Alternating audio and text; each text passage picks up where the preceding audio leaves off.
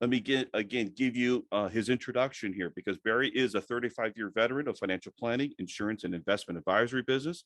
He's held the CFP designation for 28 years. 28 years? I thought it was 35. Well, No, 35 years in the business, 28 years is the CFP designation. that's right. See, I've gone through this so much, I've memorized it, and I know the numbers. So, okay. Like, is there a discrepancy here? Just making sure that my mind is straight. Okay.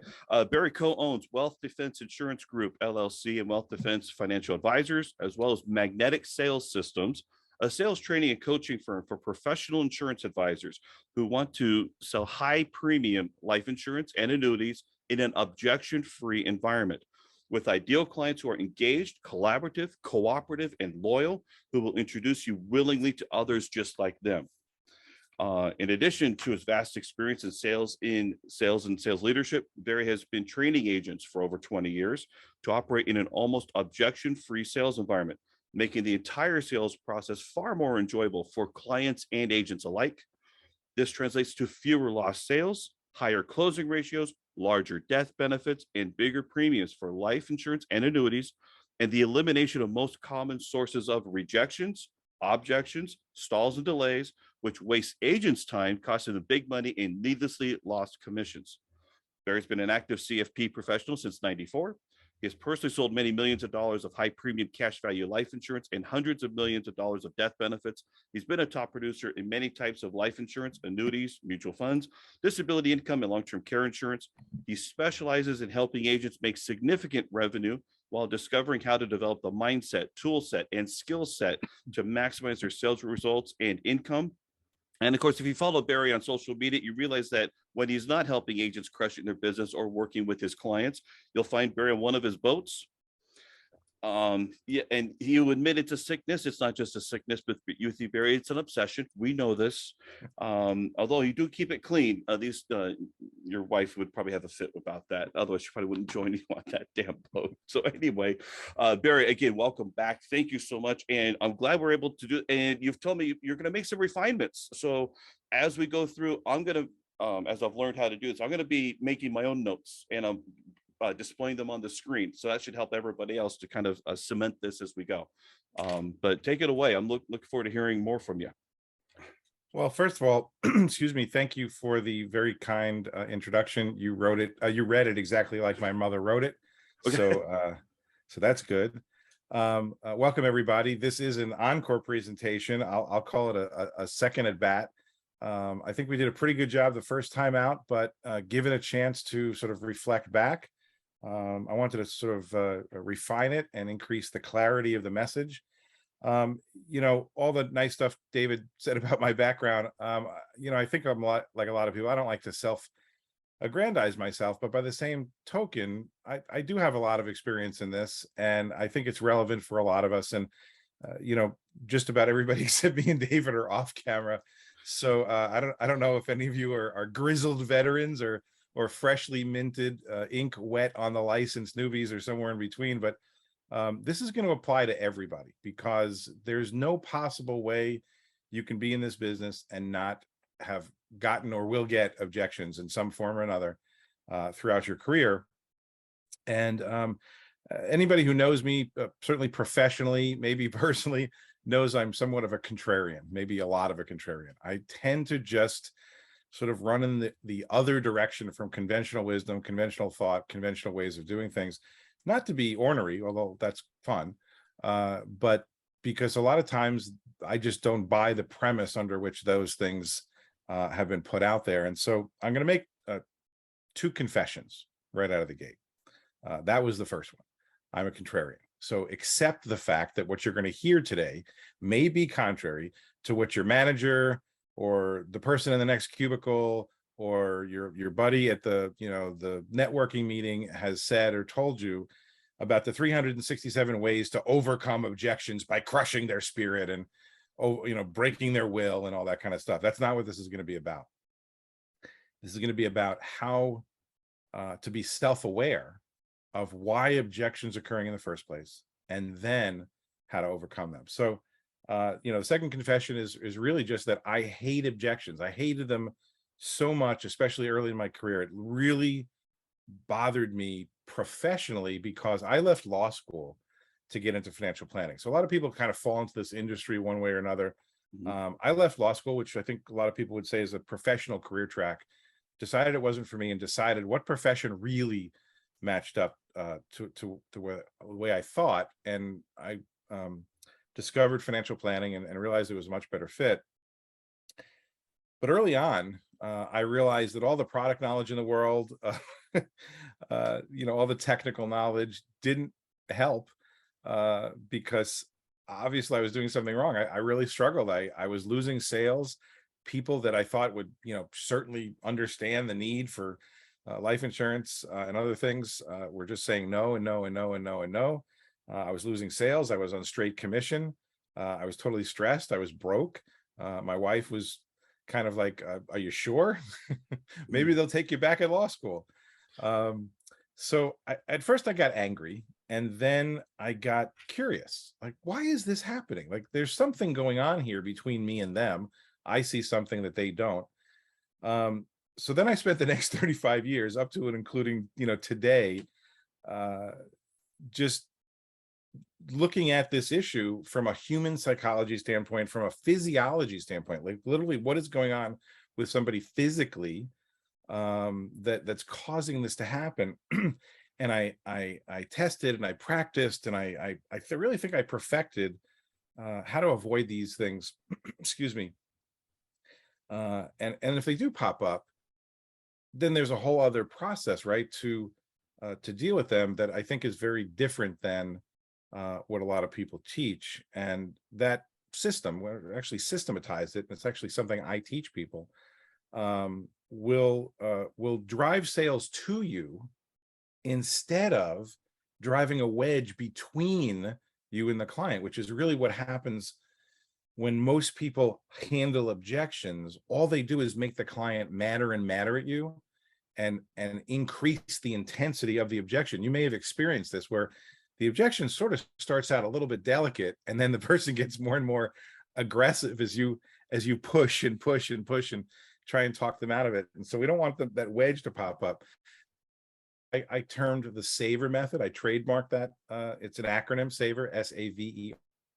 In the second half of this conversation, I will go into that in a lot more depth. I'm just going to do a little quick commercial because I believe in total transparency, very open here.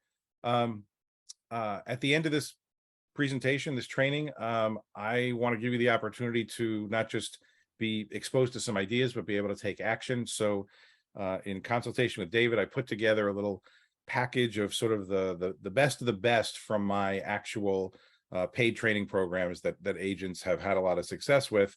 And so I pulled some pieces together. I'll show you that a little bit later. But it's basically all the stuff you need, like the visuals, the language, the process, the whole thing. So and I made it super inexpensive, so anybody here, regardless of stage and career, can do it. But I want to help you avoid the trial and error.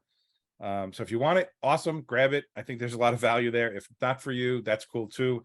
I promise this session will be high value, high impact, and you'll get a lot out of it. So I hope that's cool. I feel like I'm talking really fast because I want to get a lot in. And as a friend of mine once said at a presentation, he was doing some teaching, and he said, if I'm talking too fast, listen faster. I always thought that was actually pretty good. I really like that. He was from New Jersey. I'm from New York. Maybe that explains something. Okay, so bold statement. Objections are not a required part of this job. Now, if there were no objections at all, if you just said, hey, you should buy life insurance, and they said, okay, how much? This would be a really great career, but it probably wouldn't pay very well, right? It would be just more like order taking. So, but by the same token, no one said you have to have objections. This is not a boast. This is just a fact. I engaged with a client yesterday. It could be a $9 million investment account. There were no objections. There wasn't even any hint of it. But because there was a process followed. Okay. So, you can write this business predominantly, mostly, without any objections at all. And maybe they're just sort of like operational questions. That's really, the way it should be. So here's the question to ask yourself.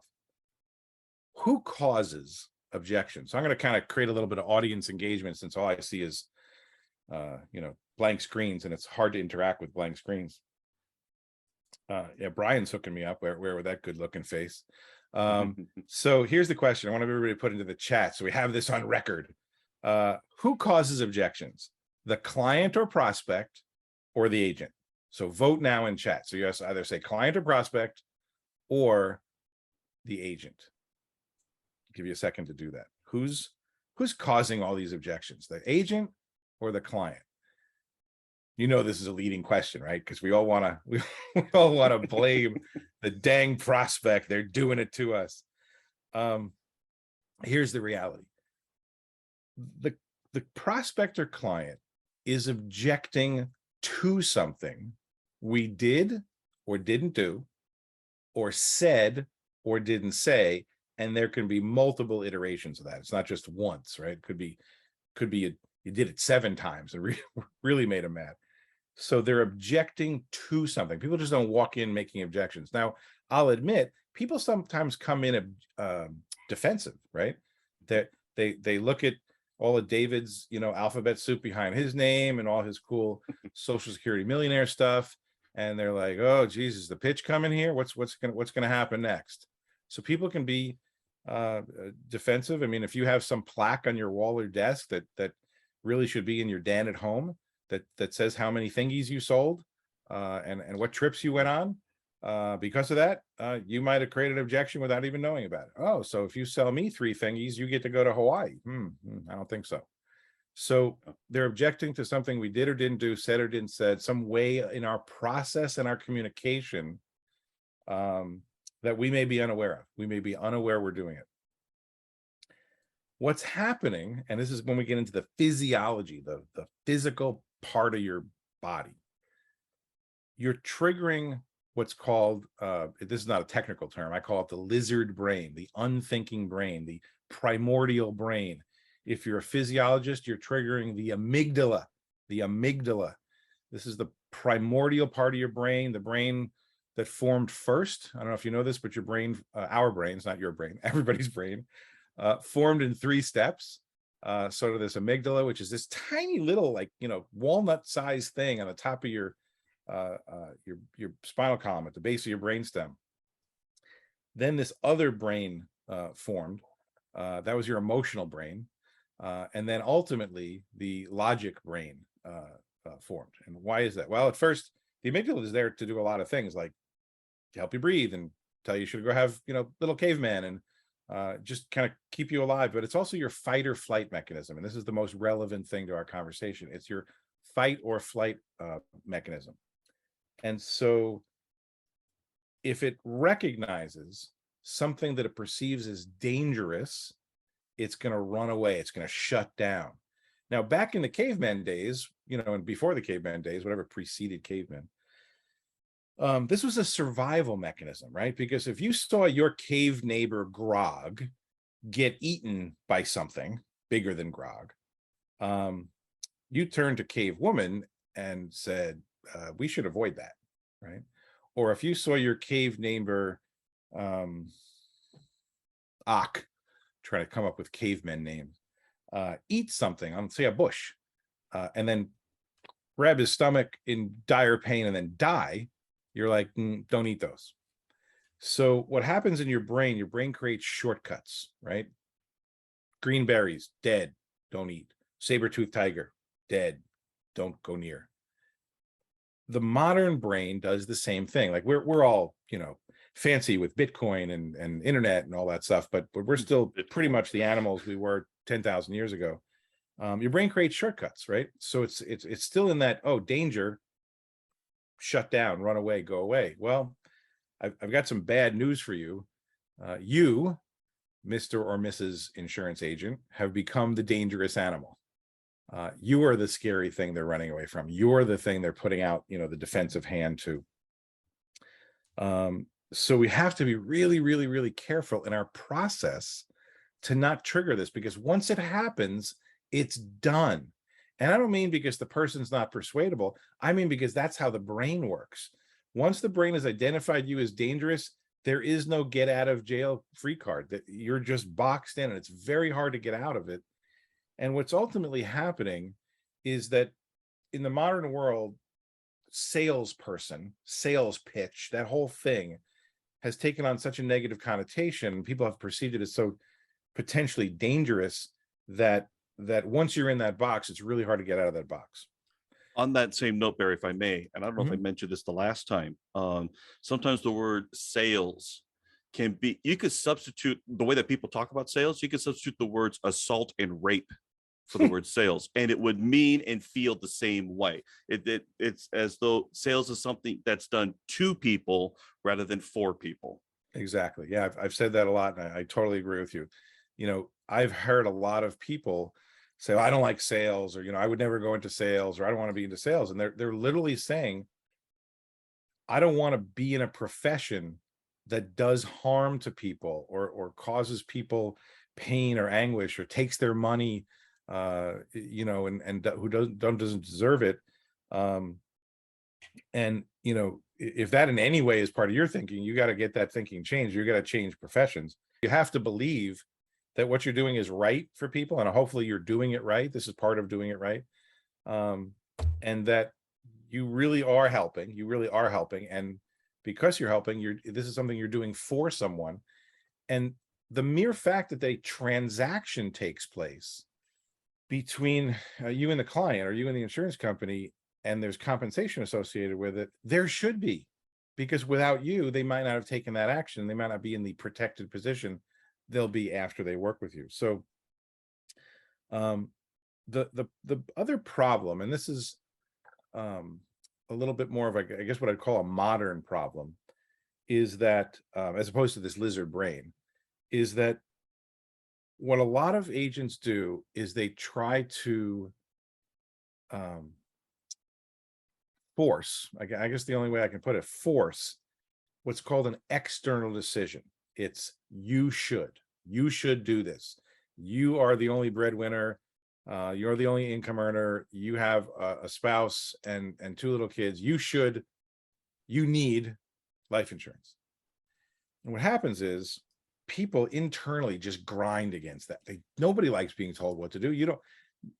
Kids don't like to be told what to do. Adults certainly don't like to be told what to do. So your goal is to drive an internal decision.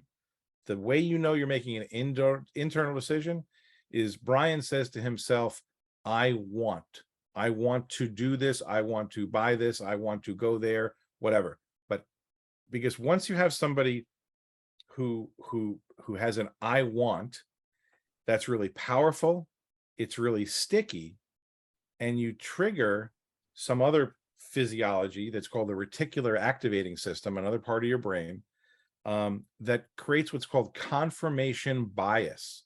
You seek to reinforce your decision. I'll give you an example that you're all familiar with. I need a new car. I'll go out and buy a Honda Accord. I'm driving down the highway. Wow, look at all those Honda Accords. I must have made a good decision, right?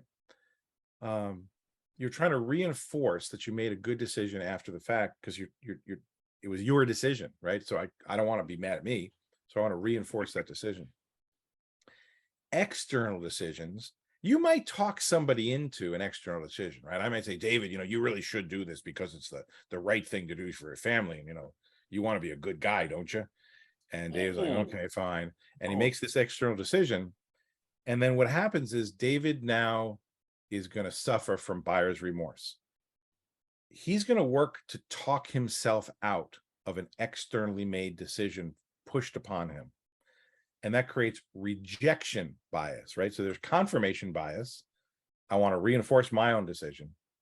But your brain's like, are you sure you did the right thing? Let's figure out a reason to reject this, right? So what do? They start looking at the internet. They start shopping. They start talking to their Uncle Steve. They talk to their mailman or their priest or their gardener, and they find out that what you just said is wrong. And they call you up and say, hey, I just want to press pause on that application. I think we might have moved a little too quickly, right? I don't know how many of you have heard this in the chat, just so I know people are out there. Can I get an amen if you've ever gotten the I don't want to proceed with the medical exam, or I want to stop the process, or I found it cheaper, or I talked to somebody else and they don't think what you just recommended is a good idea. Can I get an amen in the chat? This is just to keep you guys awake, right? Make sure you're not falling asleep. I'm gonna share this real quick. It's one of my favorite memes. I'll drop in there every once in a while. You know, in that kind of communication style, trying to force, or I would say impose our values on someone else without someone figuring out their own values. This is why they avoid us. And that's why we had that, I shared that other agents thing of, I'm not interested in buying life insurance. I don't want it. Don't call me or whatever. I'm like, well, somebody screwed up, and that's why. Yeah, how mad? I mean, David put a meme of somebody actually torn out a piece of notebook paper and taped it to the door, like, I don't want life insurance, go away. Maybe it was somebody like knocking on their door. How mad does somebody have to be to put up a sign, right? Yeah. So you don't want to force these external decisions. You don't want to, get their lizard brain all defensive. You don't want to be the scary insurance agent. So let's kind of start coming up with a solution. In terms of objection avoidance, the number one top way to do this, and this is going to break a lot of hearts in a lot of places. And maybe as soon as I say this, you're going to be like, well, but Barry, what do I say instead? Okay. Here's what you don't want to do. You don't want to start the conversation with products, which so many agents do. Whether it's, I have cheap term insurance, or I have this sexy IUL that does all this really cool stuff. Who wants one? Leading with product immediately does a couple of things. It positions you as a product peddler, not a problem solver, not a solution provider. It also creates what I call, and you got to think back to your childhood now, or your kid's childhood. It also creates what I call a slip and slide problem. So a slip and slide, for those of you who had terrible childhoods and don't know what this is basically a piece of plastic with a hose connected to it. It's got a bunch of holes. You turn the hose on, the plastic gets wet, it's slippery. You run across the lawn, you leap on your belly, you go shooting off the end onto the grass, you giggle, you laugh, you run around and do it 300 more times till you're exhausted. Your parents love this because it wore you out, made you tired. If I did that today, I'd need 37 Tylenols and a physical therapist and traction. Okay. So there's no running onto and diving onto the lawn for me. But a slip and slide conversation, if you can think of it as, it's fast in, but fast out. Bringing up the product gets you into the conversation quickly. There you are. I'm talking about life insurance, which is what my manager said. You got to talk to 100 people a day about life insurance to make one sale. There, I'm doing it, boss. I'm doing it. And all you're doing is slipping and sliding right off the end, because it's the fast way to get into the conversation. Sure, I'll acknowledge that, but it's the fast way to get out of the conversation and have it be over. So you really want to avoid the slip and slide sales presentation. So please stop talking about products first. It's a huge, massive, gigantic problem in our industry. And I blame the insurance companies, because most of us, if not all of us, were trained by the insurance carrier.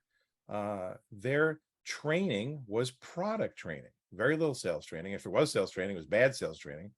And it was usually handed down by some CLU, no offense, David, who had been in the industry for 900 years, was wearing the same suit from 1973, and this is the way it always worked.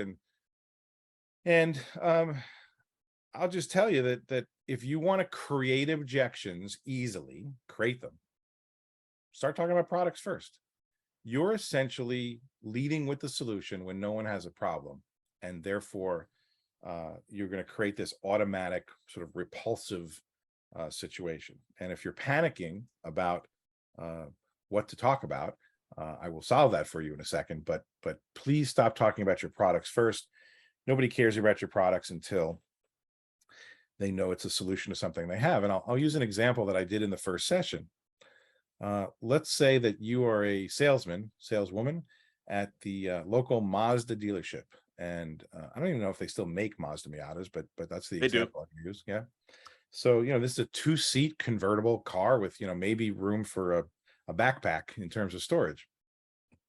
So here comes our nice young couple walking onto the Mazda car lot, and the salesman had been getting a little pressure that morning. We have too many Miatas in inventory. We've got to move the Miatas. And the salesman just approaches those folks and says, "Hey, I can get you a really great deal on Miatas. We have too many on the lot. We have 38 colors and every conceivable style, and we can get you a great deal on that." A lot of people would say, "Geez, that's not very good salesmanship. It's just kind of throw in the product, right? The car out of front, and without asking the people any questions." So, right, we've all been approached, at the car dealership some way that way. Now, what if I added one more piece to the story?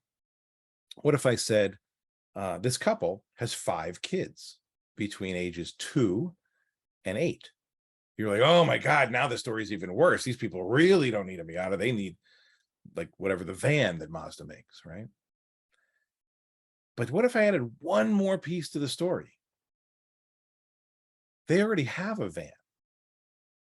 What they want is a 2-seater car to get away from the kids.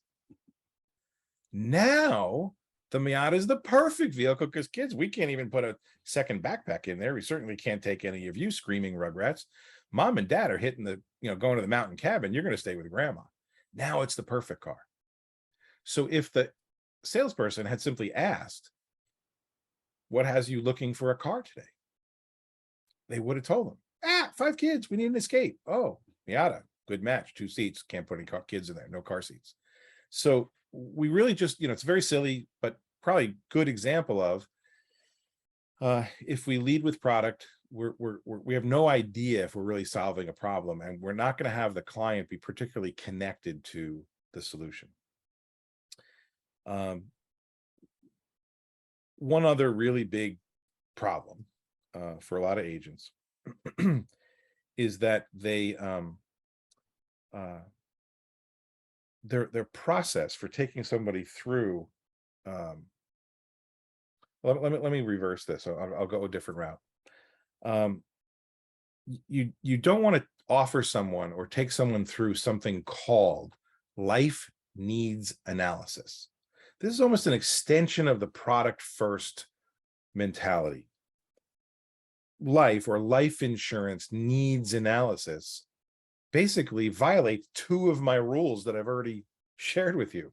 We're leading with life insurance and we're saying you need it, right? Which is that externally driven decision.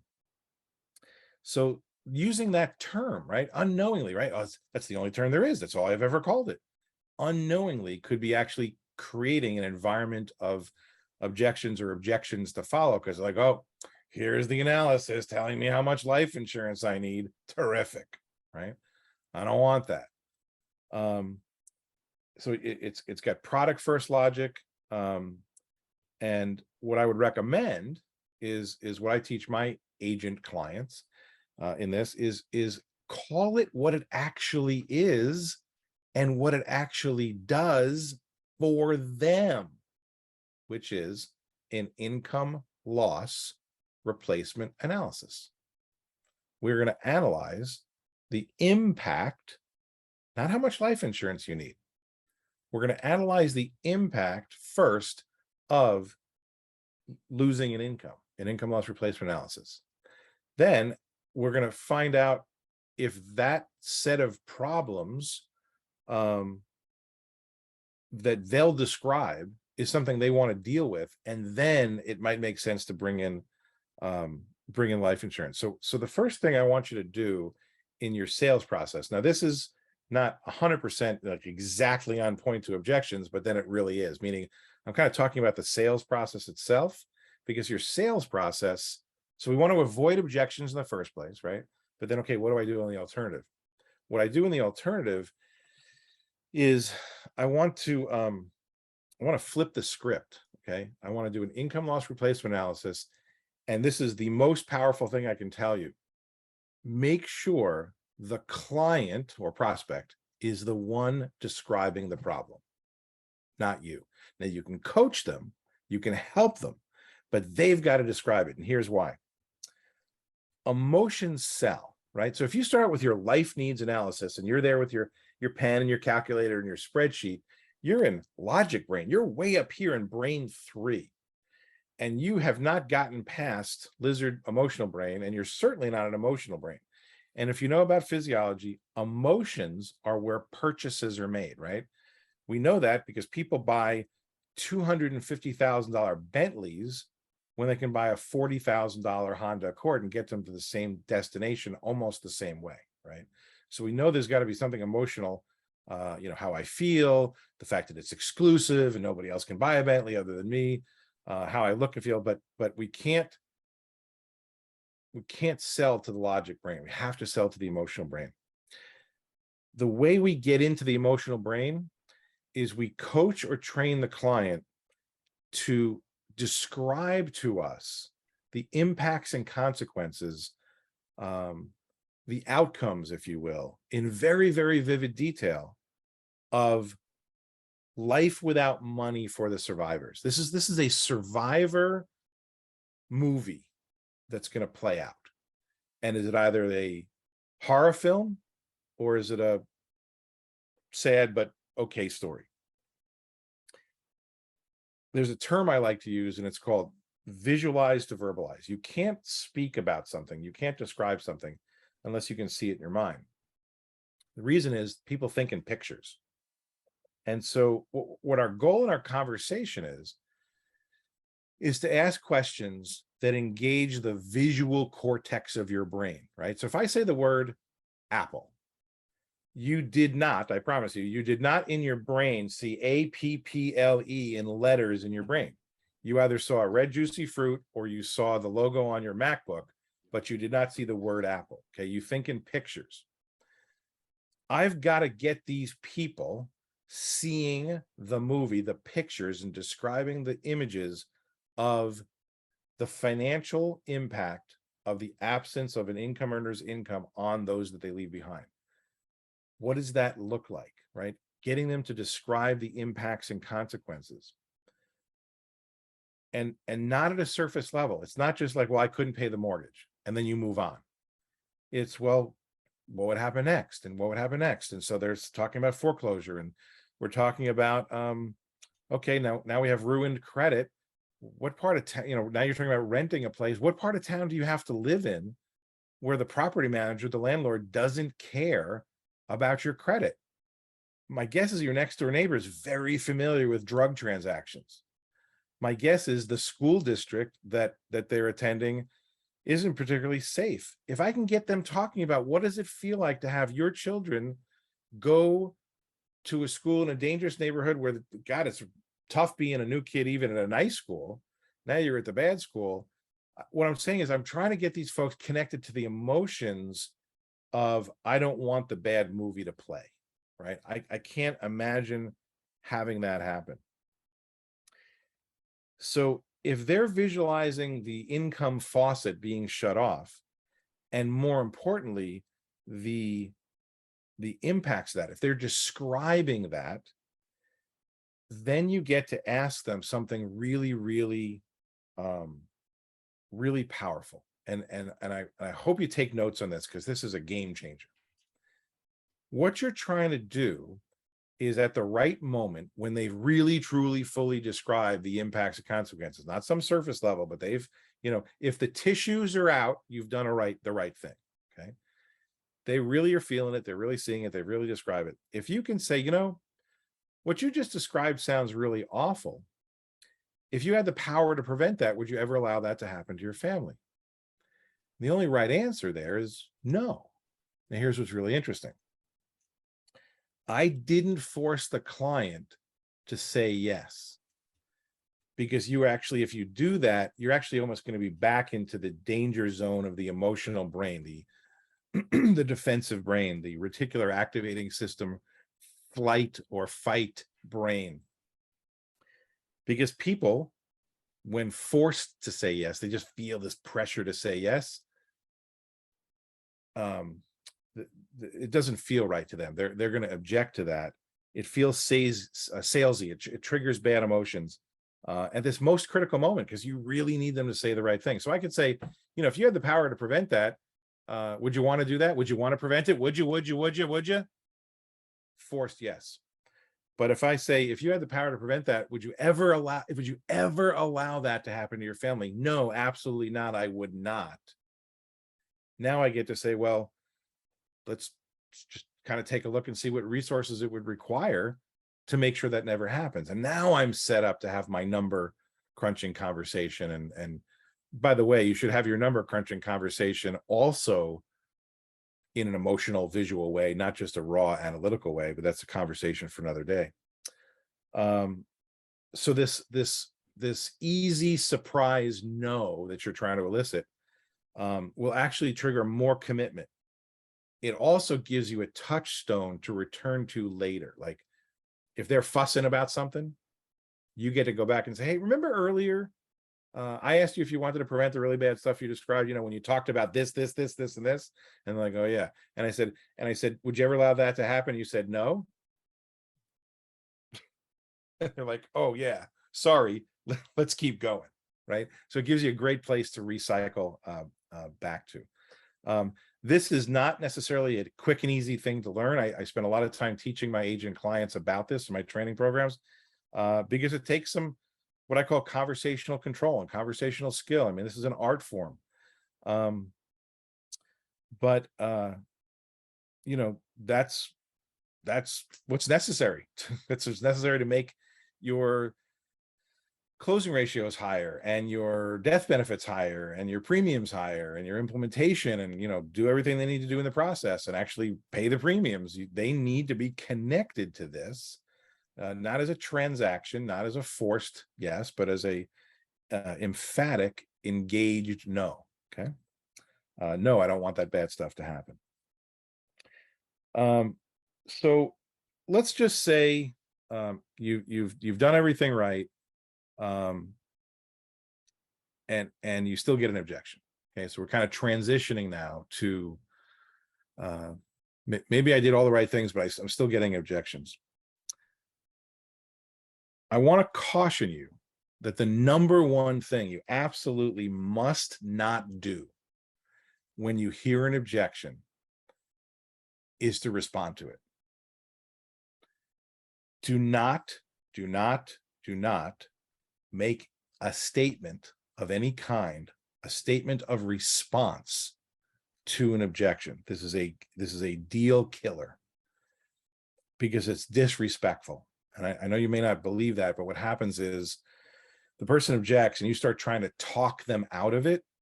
You haven't earned the right to talk them out of it because you don't understand the objection.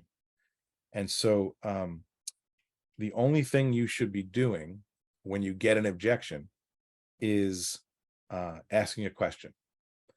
And the right kind of question is short. The first question is going to be something short, something easy, kind of like, how come? Or what makes you feel that way? Something short. And How here's why. mean? Yeah. What do you mean by that? And here's why. Earlier, I talked about this reticular activating system, this automatic defensive mechanism. It's because, again, physiology-wise, the way your brain works is questions by default bypass the reticular activating system. Why? Because your lizard brain can't deal with a question. It's like, I don't know, I just can't process that. I'm not built for that. It's like a computer with the wrong chip. Your lizard brain cannot process the meaning of a question. And so your lizard brain goes, here you go, and it hands it up, right? Now, other parts of the brain have to kick in to process the meaning of the question and come up with a response. So I've automatically, by default, by just doing one thing, no responses, no statements, because the statement's just going to keep poking the lizard, probably in the eye. But a question is going to elevate it up and at least get it into some part of the brain that can process it. And questions are safer. Yeah, very much safe for the brain to process it. That's the person feel that they're in control. And so there's a certain relaxing part of that. Even if they can't recognize it, you help relax people when we ask them a question so they can make sure that they feel heard. And what's really kind of fun about this in one way, there's a fun part and a help you part. Okay. Could probably come up with a better term for that. Objections are like hot potatoes. Some baked potato right out of the oven in aluminum foil. The client is handing you this hot potato with an objection. They're saying, here, deal with this. You hold it. And you're like, no way. And I'm giving it back to you. But the only way to give it back to you is to ask a question. They say, oh, Brian, you're just trying to sell me something. Or, Terrence, you're just trying to sling policies. What makes you say that? Now they have to explain themselves. By handing it back, the secondary benefit is you get some time to think. You get some time to realize or think about, well, what kind of objection am I getting? And hopefully, if you're listening, you hear the nature of the objection. You may ask several follow-up questions, right?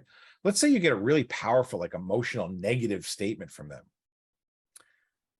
And this is where your acting skills come in. This is where you want to look like you're almost searching for the words, right? Mm-hmm. So I might say, Jennifer, I sounds like a lot of emotion behind what you said. What's causing you to feel that way? Okay. So not only am I handing the hot potato back, like, look, it's not my job to answer your objection. It's your job to explain it. But I do it in a soft, consultative, like I really care. I really want to know why. So I'm essentially switching brains. Okay. I'm switching the brain from that no thought, instantaneous. A lot of times objections are the lizard brain's way of communicating, I'm going to run away, but like maybe they're in your office chair and they can't actually run away. So they object to try and create distance. They try and create space. I'm going to get my hands on camera here. They're trying to create space between them and you, the dangerous saber-toothed tiger, now masquerading as an insurance agent. So if I throw out an objection, it creates this space, right? It's creating a combative environment instead of a collaborative environment.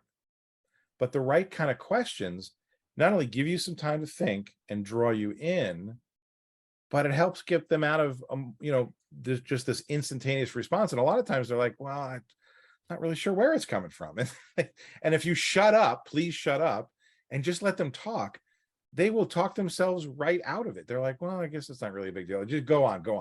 Okay. So you want to ask questions and give them this hot potato back. Please don't own the objections. They're their objections. Now, you may need to be prepared, depending on where your skill level is, you may need to be prepared that they say something about you. Like, I'm feeling a lot of pressure here, or seems like you're just trying to sell me a product. Like, so we have to really examine our sales process. And believe me, I had people tell me when I made this transition from not making sales and getting a lot of objections to not, the space in between was, I asked people, I was brave enough, I guess, or frustrated and broke enough to ask certain people who seemed nice enough.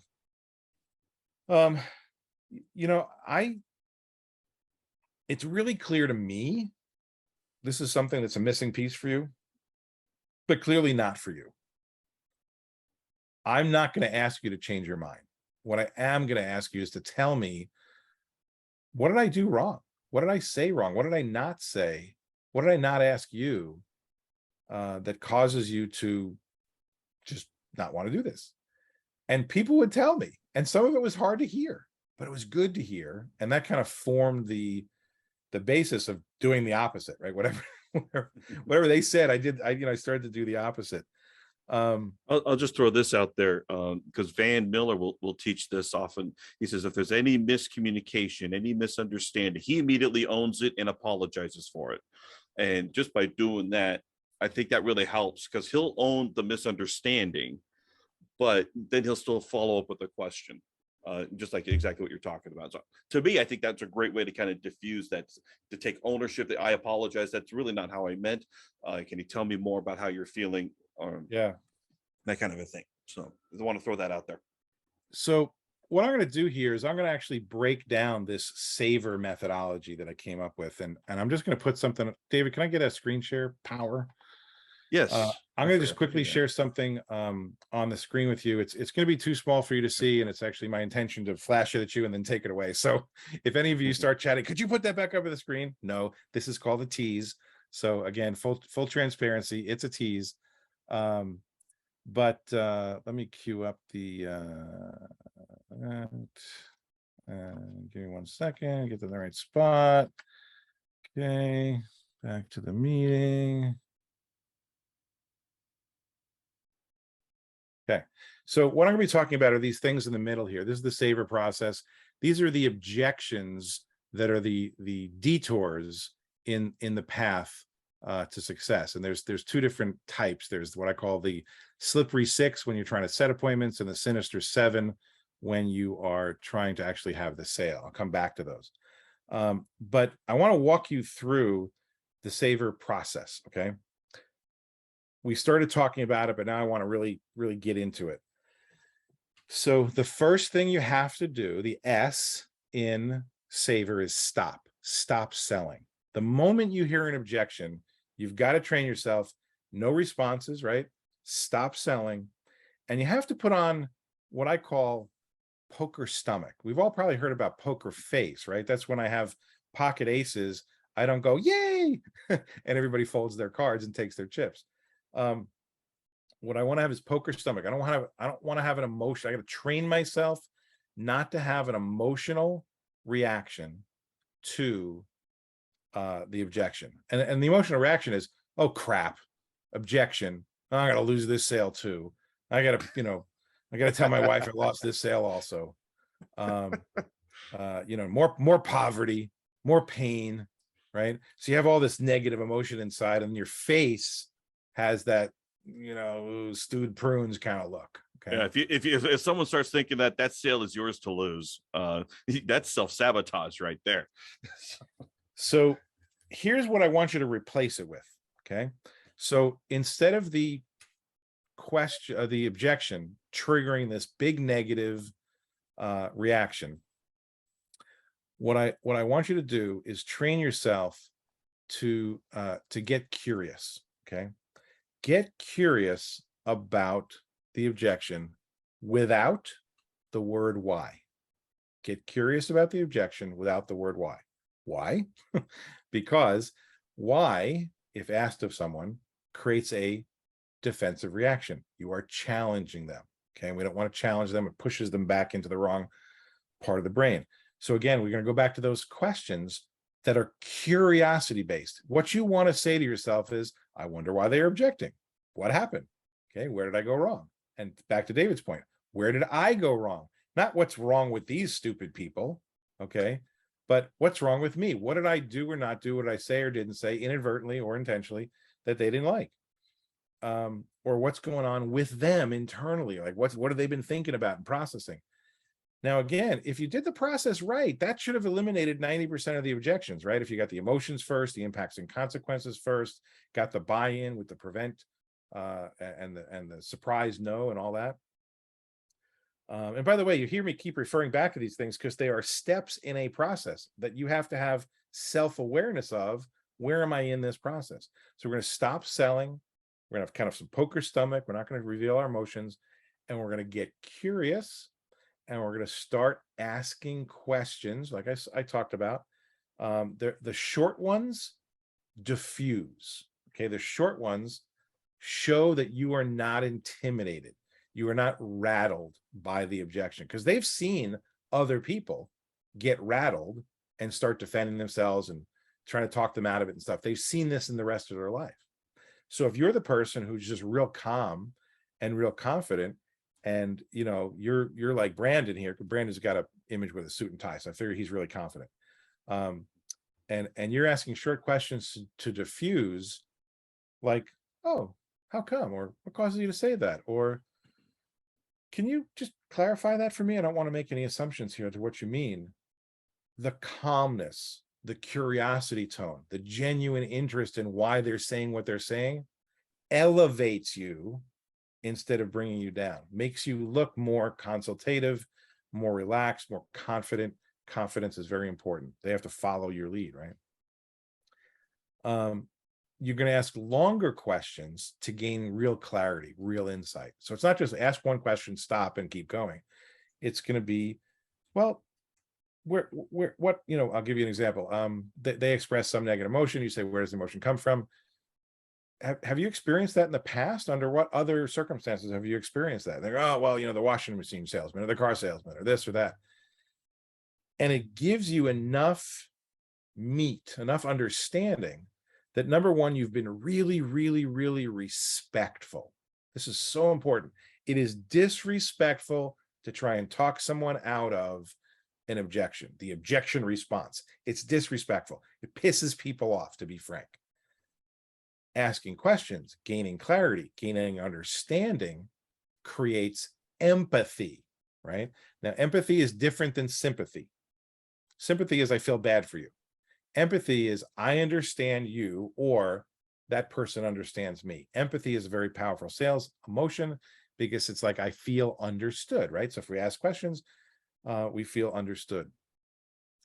And that's where you're verifying your understanding. So David, if I understand what you're saying, in the past, you've had some people sort of pressure you to make some decisions that you didn't feel were in your best self-interest, and you felt bad about them afterwards, and you promised yourself you'd never do that again. Did I get that pretty clear? And you're like, yeah, that's exactly how I feel.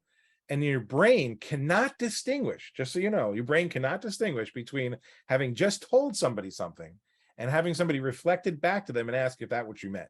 Your brain just loves that. It's like, yeah, that. Okay. And that creates empathy. Like that person now feels understood, right? So just to recap, savor, stop, ask. The S is stop selling. A, ask. We've asked questions. V, we verified understanding, right? I verified my understanding of the client situation. Now you've earned the right to educate. That's the E in savor. Now you've earned the right to give them an analogy, a story, an example where you can diffuse the risk.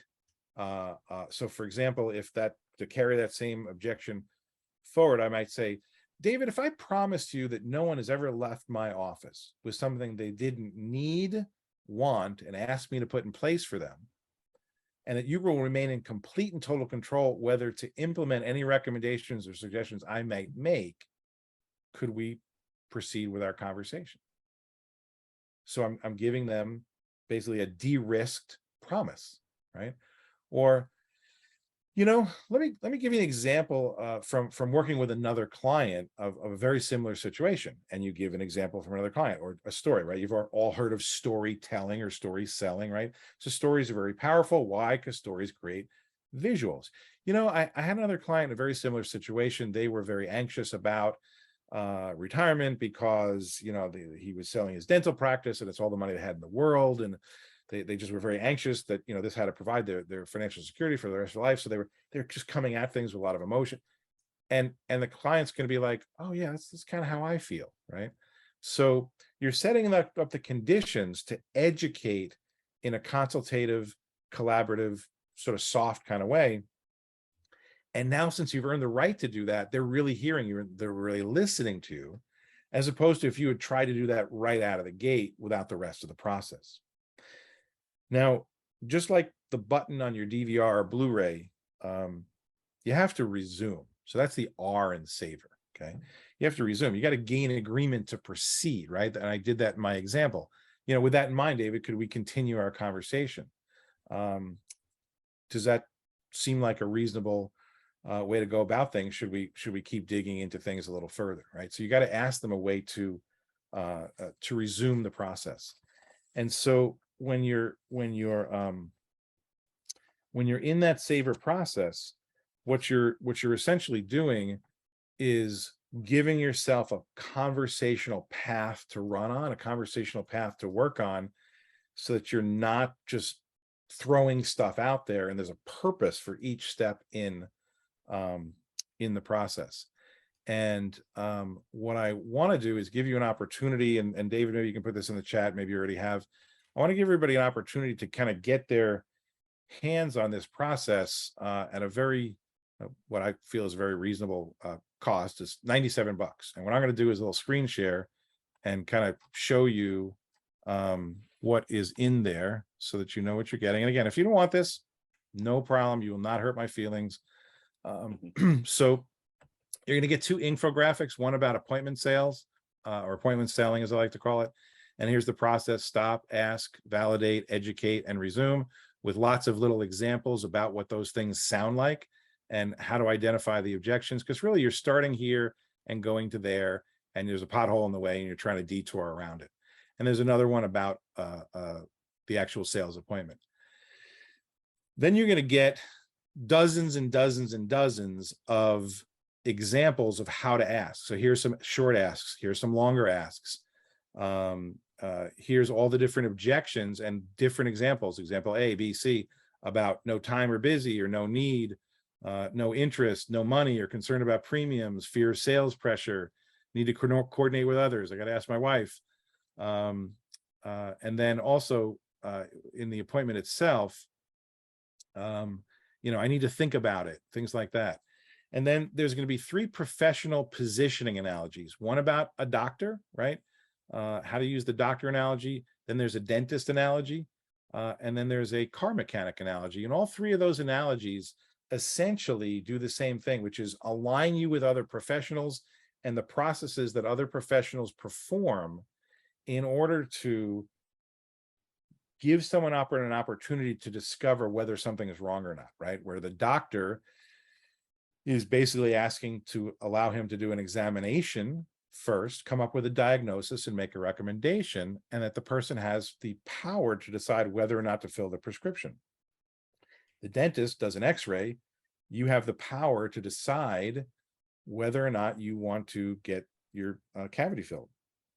The auto mechanic does the 21-point safety inspection. You have the power to decide whether to get the brakes fixed or, I guess, crash into a tree. But that's how these services, these professional services, are sold. It's through examination, diagnosis, prescription to follow the doctor model, and then recommendation. So I give you very specific language about how to have the professional positioning analogy conversation in advance. Like you can use it before the meeting even starts. Hey, just want to let you know this is how I work. Or if the objection occurs, hey, can I just kind of give you an analogy to the way, you've always done things with your dentist? And so it gives people the ability to go, oh, yeah, okay, that makes sense. And kind of pulls them out of that emotional reaction and gets their logic brain going, yeah, that makes sense. I should do that. So David, I know you've been kind of monitoring the chat, and I've been talking at 1,000 miles an hour to get done in an hour. Are there any questions or topics? I'm good on time.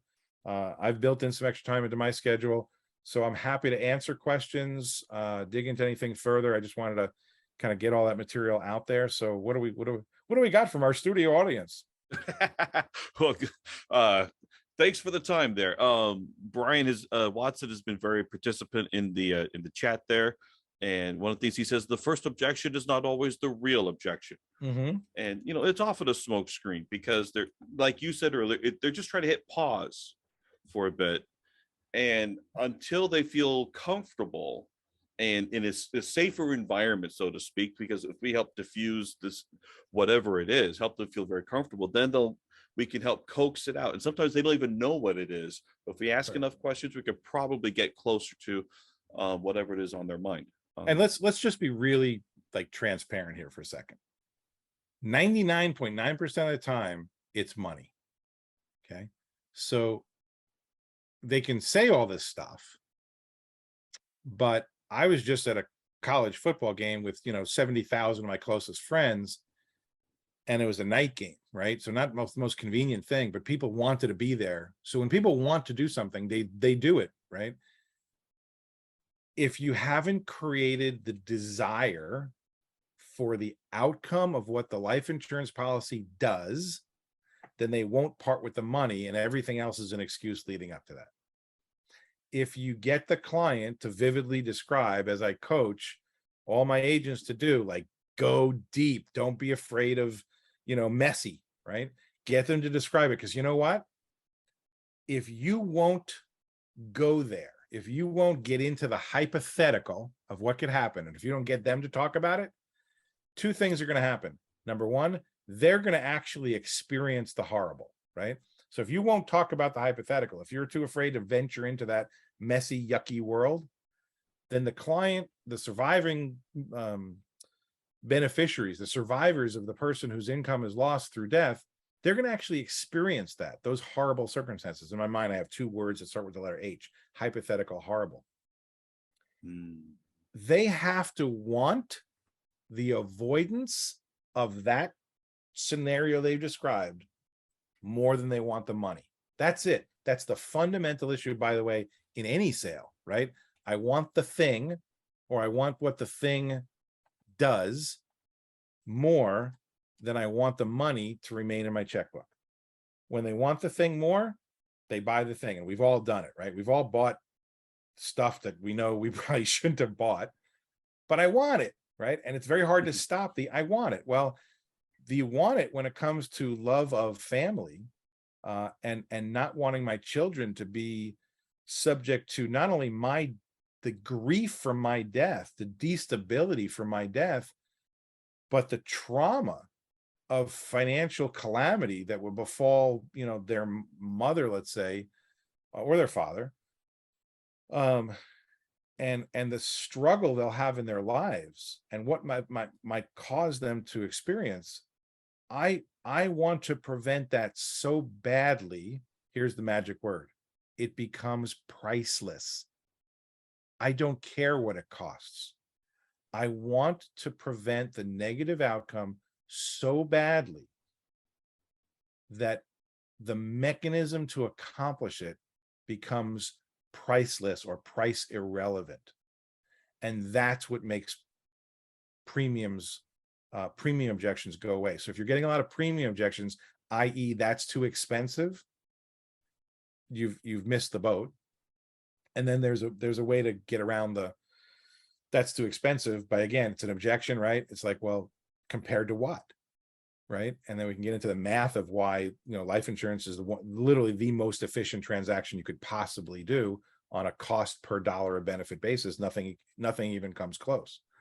But the fundamental issue is they have to want the outcome more than they want the money. They have to want the outcome of what it does. And the only way to accomplish that, the only way, is to get them to describe what it would look like, feel like, taste like, smell like, and then get them to verbalize that they don't want that to happen. Okay, I'm going to go to work for you. We're going to make sure this doesn't happen. You know what we need to make sure it doesn't happen?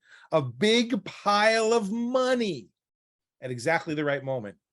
And we have to buy access to that pile of money. We're going to buy access to that pile of money at a super steep discount. We're going to buy dollars for fractions of a penny. And that's when people will melt in terms of premium touchiness, sensitivity, if you will. Does that help?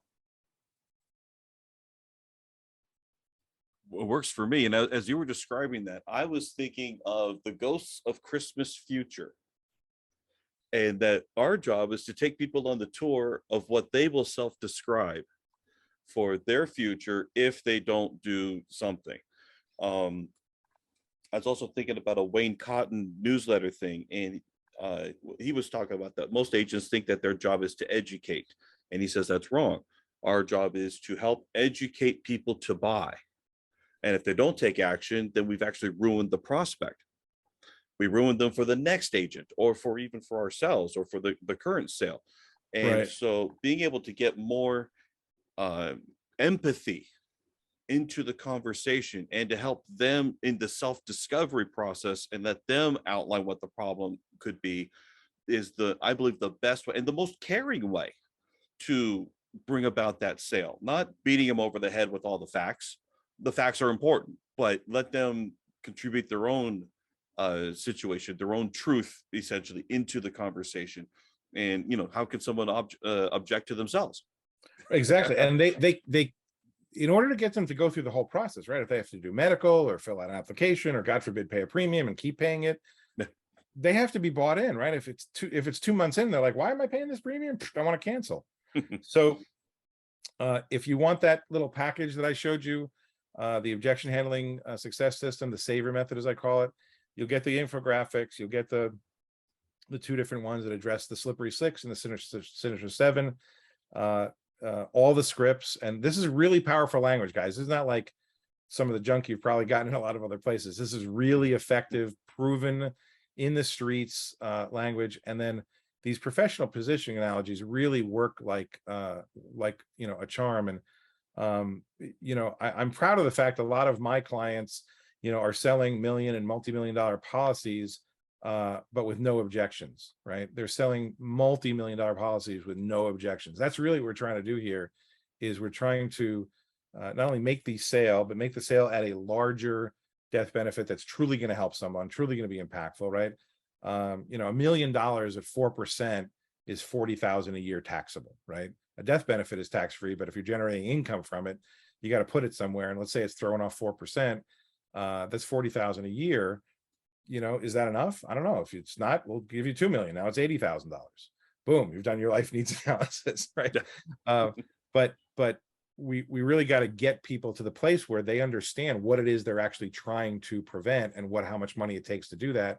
And again, as we said, life insurance being the only mechanism to do that, I got to get them comfortable buying those dollars. And just kind of the last thought here, you're selling money, guys. You're selling money at a discount. I ask agents all the time, what's our job? What do we do? And I get all this flowery Hallmark card crap. And I'm like, drop the brochure. Okay. What do? You sell money at a discount today to replace income lost for people who rely upon it. Therefore, they have to want the replacement of the income, right? Income loss replacement analysis. And they have to be clear on how much it takes to replace that income. And income is hard to replace. It's expensive to replace a wage for a long period of time. And so we have to get this person bought into that they actually probably need a lot more coverage than they think they need at a cost of more than they think they should pay. But until they understand that outcome and they've described it vividly, they won't be bought into that.